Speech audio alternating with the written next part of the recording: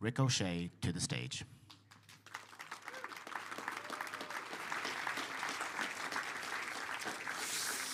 Good afternoon, everybody. Lord Mayor, Chief Executive of Dublin City Council, ambassadors, councillors, distinguished guests, and those tuning in from around the world. Welcome to the 30th winner ceremony of the Dublin Literary Award. Before we begin, one of Ireland's most beloved poets, Paul Durcan, is being laid to rest today. Ar yeiste grava anam dílis. May he rest in peace, and I'm going to ask you to observe a moment's silence.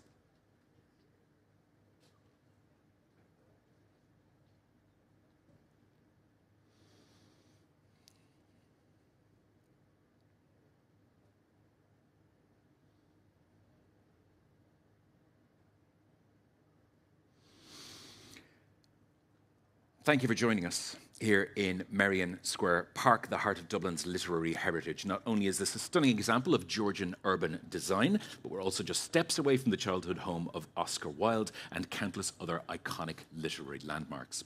For the fourth consecutive year, the award ceremony is being hosted by the International Literature Festival Dublin, right here in this historic park, an ongoing celebration of our city's status as a UNESCO City of Literature. A warm welcome too to our international online audience joining us for this special moment, wherever you are in the world today.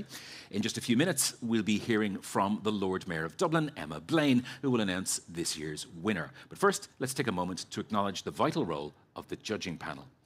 This award is truly global in scope, from a long list of 71 books, nominated by 83 libraries across 34 countries. Our judges have narrowed it down to just 6 outstanding titles and now to 1 exceptional winner. Please join me in thanking our 2025 judging panel for their commitment, their expertise, and their thoughtful deliberation. They're here with us today in the front row. Please give them a well-deserved round of applause.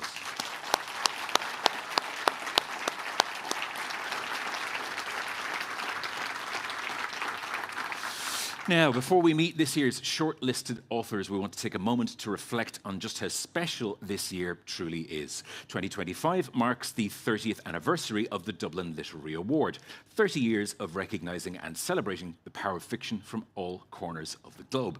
Since 1996, this award has honoured writers whose work not only captivates readers, but also crosses borders, languages, and cultures. Over the years, the award has helped introduce remarkable books to international audiences, and for many of our past winners, the impact has been truly life-changing, opening new doors, building careers, and connecting their work with readers worldwide. To celebrate 3 decades of outstanding literary achievement, we asked some of our past winners to tell us what meaning the Dublin Literary Award meant to them. Let's take a look.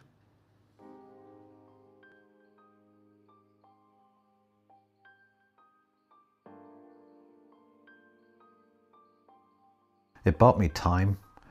I don't do anything else outside of writing. I'm good for nothing else. I don't have any other jobs. I don't teach or anything like that. So all the money has to be earned at the writing desk. So it bought me a great period of time to keep going and to keep working on the next books and the next projects. It also does something with the audience, the reader's audience in your own country. You know, when all of a sudden they hear that a writer has won a big prize abroad, they think, oh, okay. So in a way, I can't say rediscovered, but you know, I think my readership in Holland also grew from this. So it is really an important prize. The best thing an award can do, I think, is both give you some self-assurance, of course, but more than that even, I think it's give you a sense of freedom to continue doing what you're doing, right? Without really worrying about reception and what comes next, but really just trust that you should continue to do what you want to do and to do it in total freedom. Winning the Dublin Literary Award was the biggest thing to happen in my career, and it gave me a much larger readership, not just here, but all across the world. And it also allowed me to buy a house, you know. It let me get a job at the University of Montana. I think that was one of the things that made me competitive in a very competitive time. Writers who answer to buy a house, you'd be astonished by, or though maybe you wouldn't necessarily be astonished by that. As we celebrate 30 years of this extraordinary prize, it's important to remember the unique foundation on which the Dublin Literary Award is built: libraries. Unlike any other major literary prize, this award is entirely powered by public libraries around the world. Their passion, their expertise, and their belief in the power of great storytelling. Libraries are more than places to borrow books. They're community hubs, they're centres of knowledge, and they're gateways to the imagination. They are where many readers and writers first fall in love with books. So we asked each of our 2025 shortlisted authors to share what libraries have meant to them throughout their lives. Let's hear what they had to say. I was a kid who grew up in libraries. I think you can judge the quality of a culture by how well tended the libraries are in that particular country. I love the fact that the books in this prize are nominated by libraries. I think it suggests something very unique about this prize. La Biblioteca Pública del Pueblo fueron los espacios a donde yo iba a leer, a trabajar, a buscar libros que podía llevarme a mi casa, y donde también encontraba otras personas que leían y con quienes podía yo comentar esas lecturas. Así que creo que no hubiese sido probablemente escritora si no hubiera sido gracias a las bibliotecas públicas. At this moment, I go a lot to the library with my 3-year-old son to get new books and discover new worlds with him. I also go here to work, and I think it's no wonder that libraries have also become public spaces where a lot of other things are happening that are also about trying to understand each other.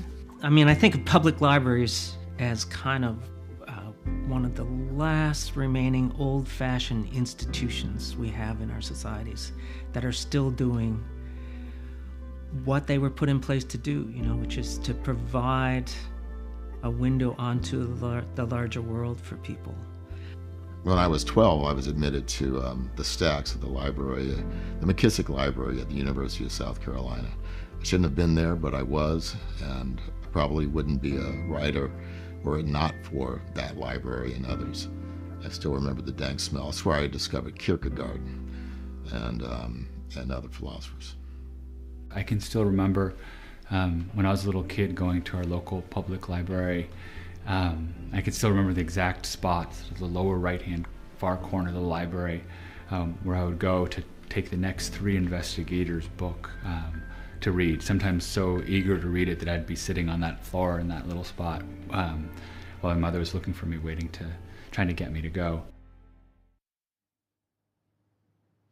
I'm also genuinely thrilled somebody is still talking about 3 investigators' books in the 21st century, which is amazing. This year's ceremony is a particularly special one as we mark the 30th anniversary of the Dublin Literary Award. We honour not just the extraordinary writers who have received the prize, but the vision that has sustained it over 3 decades. A commitment to literature, to international dialogue, and to the power of public libraries. At the heart of that vision is Dublin itself, a UNESCO City of Literature, a city where storytelling runs deep in the streets and squares, and a city that proudly celebrates literature as part of its civic identity. The patron of the Dublin Literary Award is someone who embodies that civic and cultural spirit and who, in her role, champions the place of literature in the life of our city. I'd like you to please join me in welcoming to the stage to help us honour this milestone year, the Lord Mayor of Dublin, Emma Blaine.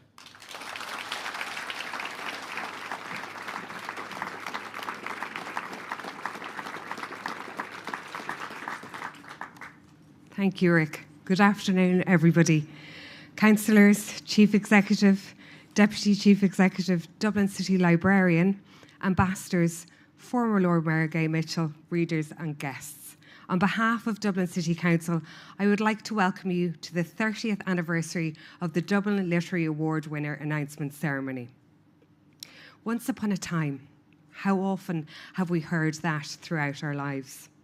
For as long as there have been humans communicating with each other, there has been the ancient art of imagining and recording activity over time, what is known by those in the know as a story arc, starting with that familiar, comforting phrase, once upon a time. It's a phrase that sets a scene, signalling us to gather round, to lean into the storyteller at the fire, or to follow the words on a page, bringing in an audience beyond themselves to share, reflect, and understand the heart of a story. After all, Dublin is a place where its citizens value the power of a story. Today, we are celebrating 30 years of a city that has put its might behind an award honouring the storytelling tradition and the human connection that it brings. In a few moments, I will be announcing this year's Dublin Literary Award winner. But as first citizen of the City of Dublin, I would like to reflect on the global significance of the Dublin Literary Award in this very special year. First of all, it's no coincidence that this award has originated in Dublin. It was actually an idea of former Lord Mayor Gay Mitchell, who thought a literary award would contribute to Dublin's renowned literary heritage in a place where even its bricks have a story to tell. 30 years later, Ireland is enjoying a halcyon time where writers no longer stand on the shoulders of giants, but are giants walking amongst us. The internationalism of the Dublin Literary Award during this time has shown we are not preoccupied with ourselves, but have looked outward, wishing to connect with creative communities beyond our shores. This attempt to connect with other countries shines a spotlight back on Dublin and was one of the reasons why Dublin was designated 4th UNESCO City of Literature in the world. Another significant aspect of the award, often cited in international media, is that the nominations come from libraries and their communities of readers and not market-driven. A never-failing spring in the desert was how Andrew Carnegie referred to libraries, saying they outrank any other one thing a community can do for its people. It was former Dublin City librarian Deirdre Ellis-King who proposed the idea of reaching out to the global public library network to seek nominations, making it a unique and democratic award. This year's winner will be selected from 83 libraries across the world, based in cities such as Seattle, Mexico, Utrecht, and Dunedin, to name a few. It's a further endorsement of the award that libraries in nearly half of the UNESCO cities of literature have nominated books this year. Furthermore, at the heart of this special award is celebrating excellence in world literature. While libraries put forward the titles initially, every year an expert judging panel will read through the long list to select a shortlist and then a winner. I'd like to acknowledge the work of this year's judging panel of writers and academics and thank Martina Devlin, Professor Leonard Cassuto, Nidhi Zak, Gerbrand Bakker and Fiona Ziloran, who have taken on this year's reading task and selected a short list of breathtaking novels which will keep you going over the summer and beyond. A special note of thanks to the commitment of our current non-voting chair, Professor Chris Morash of Trinity College, who has presided over the judging panel since 2020. At the shortlist announcement in March this year, Professor Morash mentioned on radio how he was constantly surprised at how writers kept coming up with new ways of telling stories. You would think they would run out of them. The back catalogue of the awards winning novels offers us a prism of the finest writing you will ever come across. And I must acknowledge a couple of these winning writers who have joined us today. Anna Burns, winner in 2020 for Milkman, and Gerbrand Bakker, who won the award for The Twin in 2010. Both inventive and skilled storytellers. Let's give them a round of applause.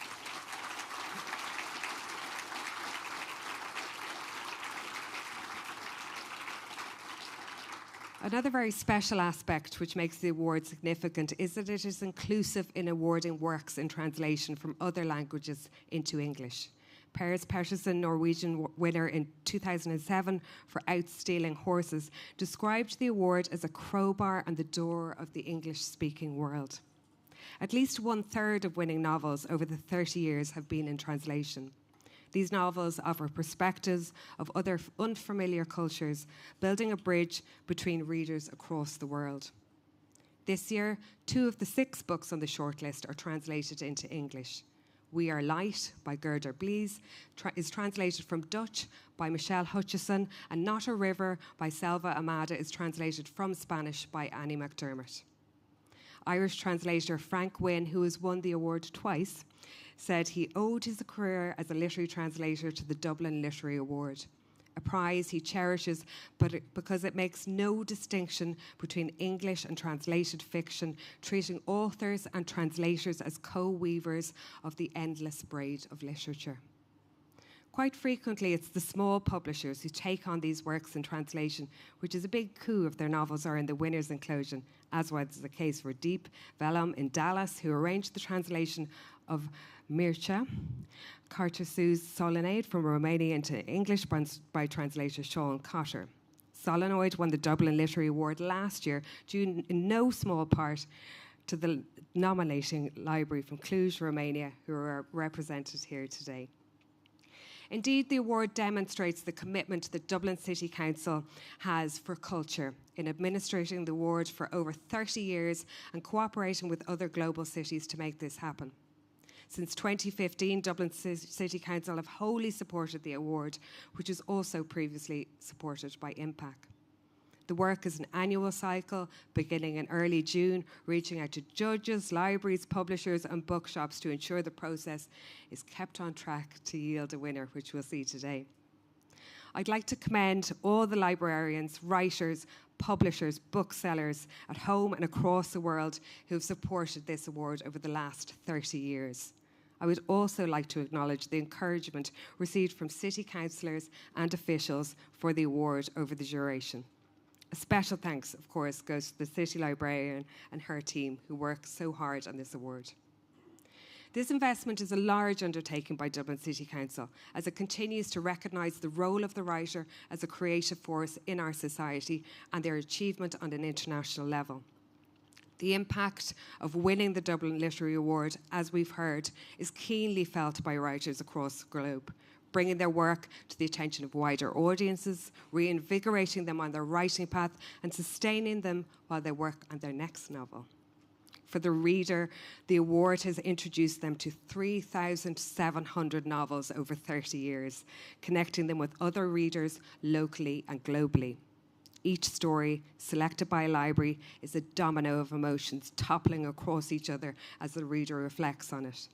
These novels are a cross-section of human experience beyond our frame of reference, pushing our boundaries, widening them, and making us all the better for them. Finally, this award is at the centre of a literary ecosystem which values inclusivity and creativity needed now more than ever. Its significance stems from the respect that Dublin has for literature, libraries, the craft of writing and translating, and the robust structures in place to nurture them. From once upon a time to happily ever after, the significance of the Dublin Literary Award is that it has wrapped us readers in the fabric of story over 30 years, woven from the finest threads of words by leading world writers. It celebrates the best of us through the written word from the heart of UNESCO City of Literature, who not alone focuses on its own writers and readers, but reflects the diversity and richness of other world languages and literature. And long may it continue. Thank you.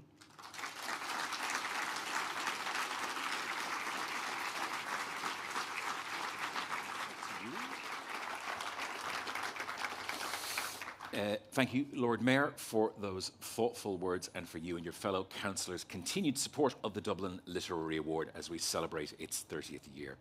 As we look ahead to the big reveal, we're almost there, I promise. Let's take a moment to acknowledge the exceptional quality of this year's shortlist.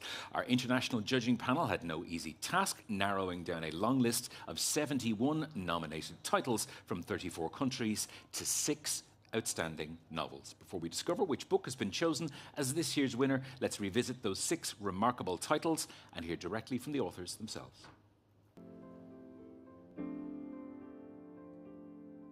Esa misma luz dorada los envuelve a todos, como si irradiara de los cueros las escamas chamuscadas, 2 pescados que fueron inmensos. Then her characters, our characters, who are dangling in the void right now, like forgotten marionettes, waiting to be set in motion again. He had no interest in any bookish undertaking or instruction. The only discipline he respected were his sister's sketches, which he looked upon as a kind of magic that he demanded to be taught. Who loves a family, who has been torn from his family, a man who can read and write, a man who will not let his story be self-related but self-written. To step outside and lie down with it, to lie with the fallen leaves and let the night pass over, to wake then with the dawn and rise renewed with the morning come. Lying beneath him in the leaves, in the low hollow of an oak, she arched her neck to watch the belted boots and leather scabbards swinging against the wormy ceiling of the world. And now, the moment we have all been waiting for. It's time to reveal the winner of the 2025 Dublin Literary Award. And to do the honours, please welcome back to the stage the patron of the award, Lord Mayor of Dublin, Emma Blaine.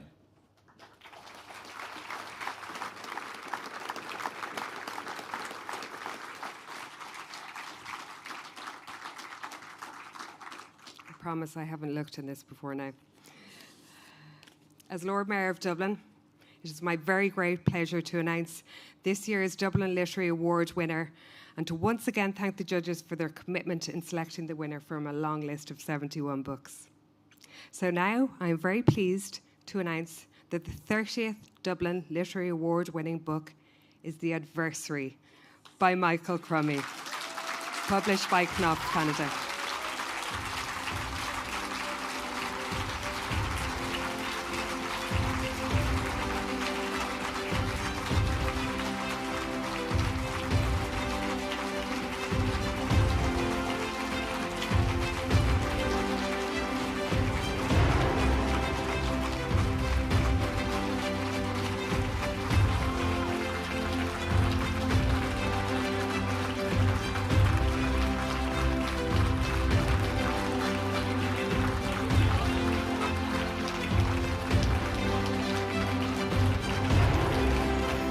Michael Crummy is now being presented with his prize by librarian Mairead Owens and a cheque to the value of €100,000 by Dublin City Council's Chief Executive, Richard Shakespeare.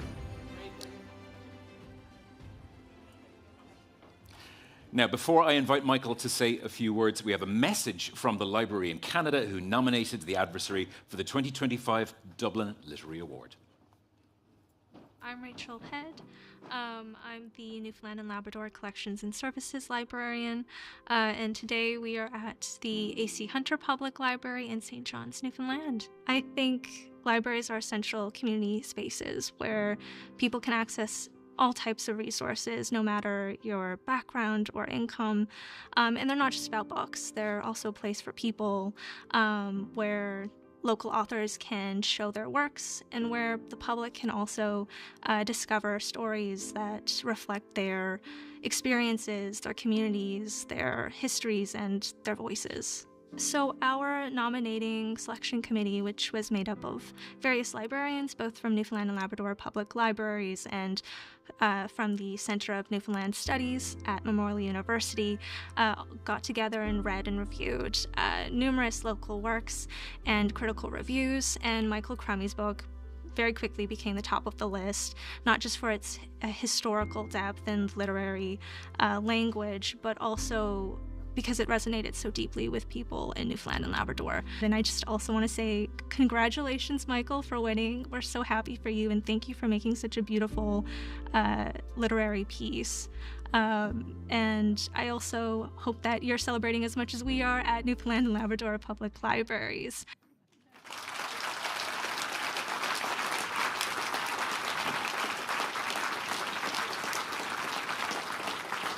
I would ask you once again to please give an enormous round of applause to the 2025 Dublin Literary Award winner, Michael Crummy.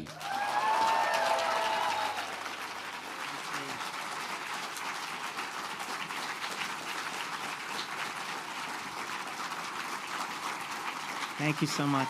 Thank you.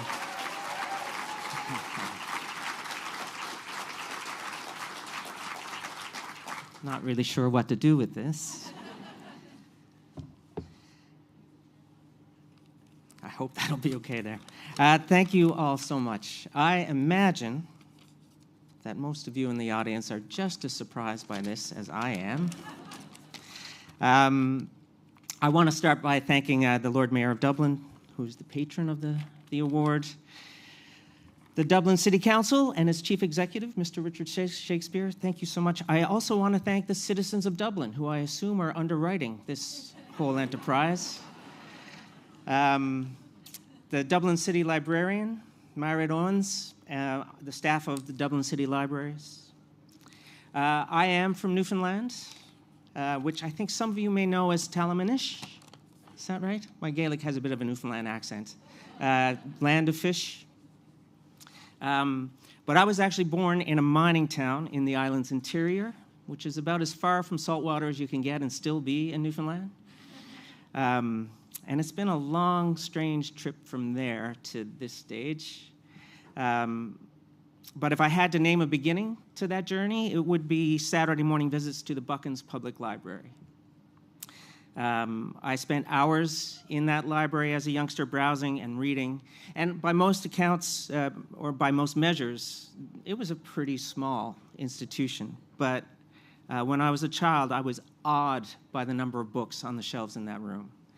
And it made the little world that I was born into feel something close to limitless. And to this day, I feel the same sense of awe and possibility anytime I enter a library.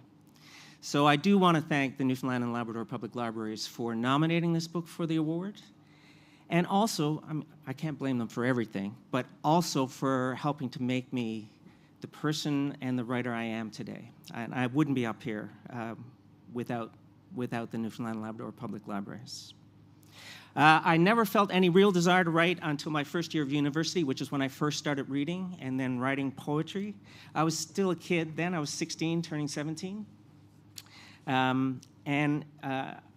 didn't know poetry was fit to eat, to be honest, but I knew I wanted to do that, whatever it was. My ambition in those early days was to maybe someday, by the grace of God or something, have some poems published in Tickle Ace magazine, which was the only little literary magazine in Newfoundland and Labrador at the time.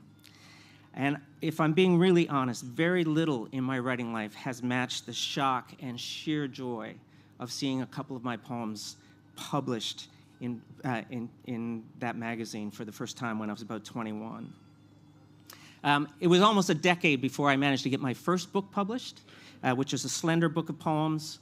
I got a $750 advance for that book, $750 Canadian. And I feel like the publishers may have overpaid for it, actually. So everything that's happened in my writer's life since has seemed completely unlikely to me. When I published my first novel, the publisher sent me on a proper reading tour. They sent me across Canada. They put me up in really nice hotels. And when I was in Ottawa, I stayed in the Chateau Laurier, which is one of the most famous hotels in the country. It's like a little castle in downtown Ottawa. And my parents happened to be visiting my brother in Ottawa when I came through, and my mother's always wanted to see the inside of the Chateau Laurier. So I invited them to come and spend the night with me at the hotel, and they came down, and I got them settled in the room, and then we went downstairs to the bar, which is called Zoe's, I think. And we had several drinks, we had something to eat, and then when the bill came, my dad, as he always did, reached for his wallet, and I said, no, no, no. I'll put this on my room, and the publisher will pay for it. And as I was signing the bill, I could see out of the corner of my eye, Dad was watching me and shaking his head. And I said, Dad, what's wrong? What's going on? He said, my son, you're going to end up in jail. And I was like, what are you talking about? What, jail? He said, there's no way you're going to sell enough books to cover the money they're spending on you. And I will admit, I was thinking the same thing at the time. But since that time, I've been invited to read in every province and territory of Canada. I've read in China, Poland, Greenland, Mexico. In my 30s, I read at the Belfast Public Library, and that was where I discovered for the very first time that Crummy is an Irish name. I had no idea about that before then. About 15 years ago, it's just one more unlikely thing, I was asked to fly to Japan to give a talk to Japanese scholars of Irish literature on the Irish influence on Newfoundland literature. I have no idea how they got my name. What I knew about the Irish influence on Newfoundland literature amounted to what we would refer to at home as sweet fuck all. But there was no way I was passing up a free trip to Japan. So I flew over there, and I made it up, ladies and gentlemen. I thought, they're not going to know.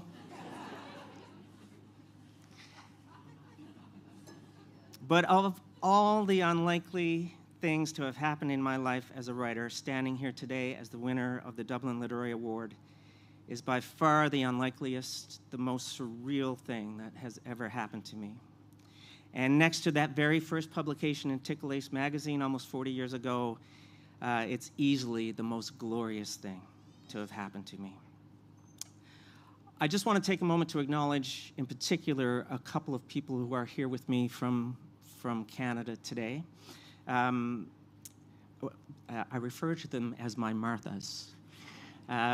Martha Webb, my agent for the last decade or more, who I don't even know if she remembers this, but at one point I did ask her if she would be my literary executor after I'm gone. And at the time it was just my way of saying how much I admired and loved her. But now it's starting to look like there might actually be some executing to do. So if you change your mind before we put it on paper, I understand. And also Martha Kanya-Forstner, who has been working with me since my first novel, which came out in 2001. And that novel was actually the first book that Martha was the lead editor on. And we have worked together on every book since. And she is now not just my editor, but the publisher at Knopf Canada. So I love you both, and thank you for being here with me and for sticking it out all this time.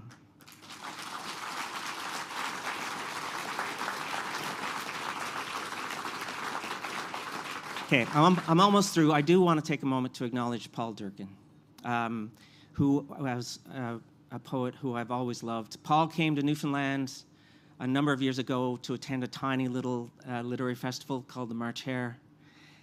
And because I was coming to Dublin this week, I pulled out his books last week and spent a couple of hours reading through those things, which I had read dozens of times. And I was shocked when I heard about, and deeply saddened when I heard about him yesterday. So, yeah, it's, I don't know what else to say about that. To be doing this at the same moment as he's being laid to rest. I'm really grateful to have had him in my life.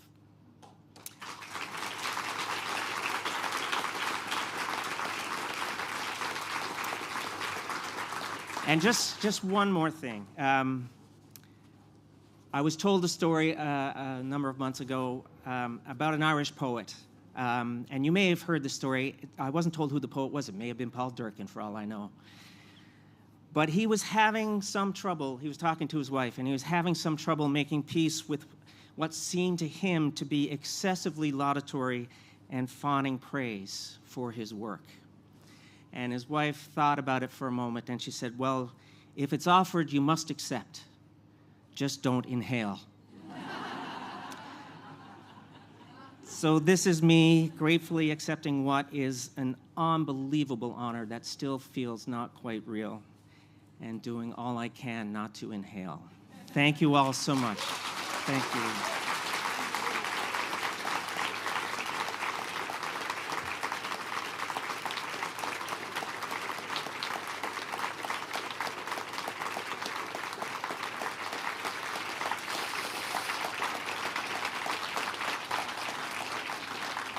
Congratulations once again to Michael. It has been my privilege to announce The Adversary as this year's Dublin Literary Award-winning title. You can get your copy here at the festival's bookshop on site or at your local library wherever you are in the world to enjoy this tremendous piece of work. Thank you to everybody who joined us in person here and online. Michael Crummy is going to be in conversation with Madeleine Keane tomorrow at 6 o'clock as part of the International Literature Festival Dublin programme for a more in-depth conversation around The Adversary. You can visit ilfdublin.com to book your in-person ticket or find details of the event live stream. You're all welcome to stick around and enjoy music and refreshments, and I'm sure you will. Once again, thank you so much for joining us today. Thank you.